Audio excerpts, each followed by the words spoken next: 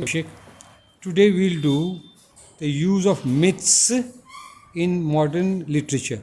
This is at page 7, and we have done these two topics on previous days. All right, now I will come to page 7. Here it is.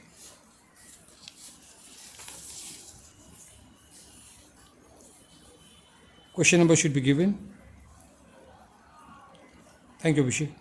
Use of myths in modern literature. Myth means story from ancient times. पुरानी कहानी सब, बहुत बहुत पुरानी कहानी.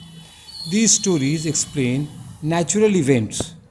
For example, there are black marks on the moon. There are some Indian myths that try to explain how the black marks came. अब चांद में काला दाग है, उसके लिए कहानी है कि एक बूढ़ी है चरखा चला रही है, etc.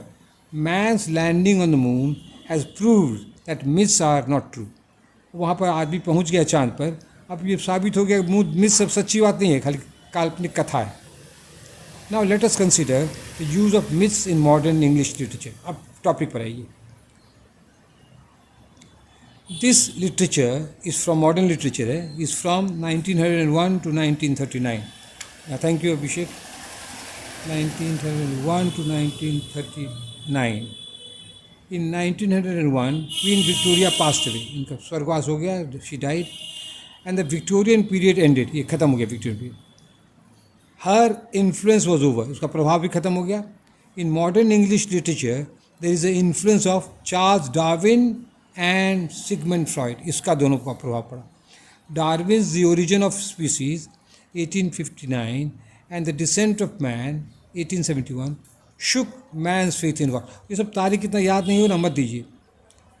Freud's philosophy of sex disturbed old ideas of innocence in childhood. और फ्रॉइड का जो सेक्स का थ्योरी था, उन लोग कहते बच्चा एकदम निर्दोष होता, तो नहीं, बच्चे में भी सेक्स होता है. The modern poets use myths to make their poems powerful. Modern poet क्या कहते हैं, मिथ को यूज़ करते हैं. W.B. Yeats, 1865 to 1939, uses myths in Sailing to Byzantium. Sailing to Byzantium में ये मिथ का इस्तेमाल करते हैं. Yeats says, पेज 9 तो बेटा, पेज 9, हाँ page 9, thank you very much. क्या कहता है W.B. Yeats? This is no city for old man. बूढ़ों के लिए देश नहीं. The young in one another's arms, एकदम जवान एक दूसरे से लिपटे हुए हैं. After giving a painful picture of the modern world, the poet wants to go to the land of peace. अब बुढ़ापे में वो एक शांत जगह जाना चाहता है. कोटेशन दीजिए. I have sailed the seas and come to the holy city of Byzantium. Rhyme, come Byzantium. We will not find Byzantium in any map. कोई नक्शा में कहीं जगह नहीं मिलेगा आपको Byzantium. It's a mythical Greek city of art and culture. काल्पनिक शहर है जहाँ पर कला है, सभ्यता है, शांति है. The poet wants to spend the last days of his life in Byzantium. वो कभी चाहता अपने जीवन का अंतिम समय जो है Byzantium में बिताए. हम भी उसी जगह की खोज में हैं, कहाँ मिलेगा पता नहीं. Eliot's poem journey of the Magi 1927 makes use of the myth of the Magi. इसमें भी मिथ है. किसका मिथ? मेजाई का. मेजाई कौन थे? The 3 wise man. These man brought gifts for, पढ़ना पलटो बेटा, टर्न ओवर द पेज. ये लोग मेजाई क्या लाए?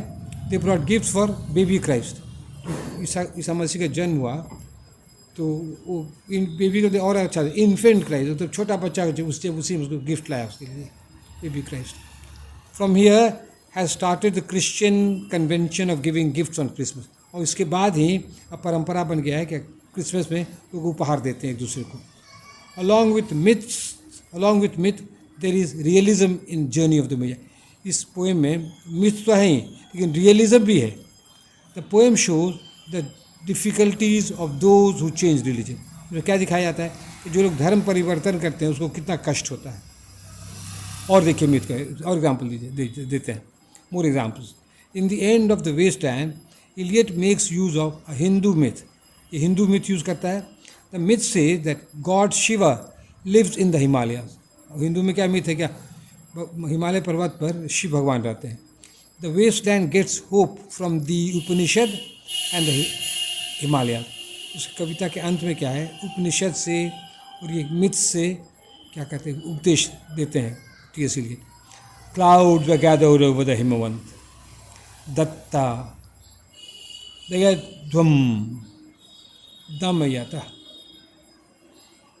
इसका मतलब हुआ through charity, sympathy and control. देखिए charity, sympathy, control, we can have rain. तो वर्षा हो सकती है. वर्षा क्या सिंबल है? This rain will grow flowers and make the waste land green again. और इस वर्षा से क्या होगा, फूल खिलेंगे और क्या होगा, जो मरुभूमि बालू बालू था उसकी जगह ग्रीन ग्रास हो जाएगा. अब पेज 11 में देखना है, लास्ट पेज ये है.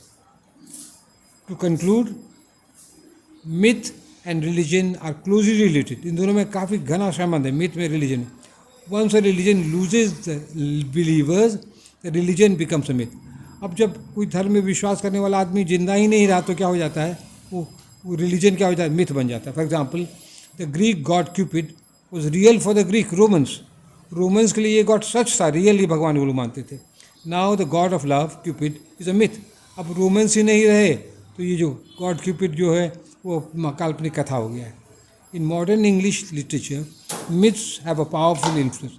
इसका बहुत बड़ा प्रभाव हो रहा है आजकल. Myths make literature interesting and enjoyable. That's all. और बाकी वाला टॉपिक फिर करेंगे कल. That's all.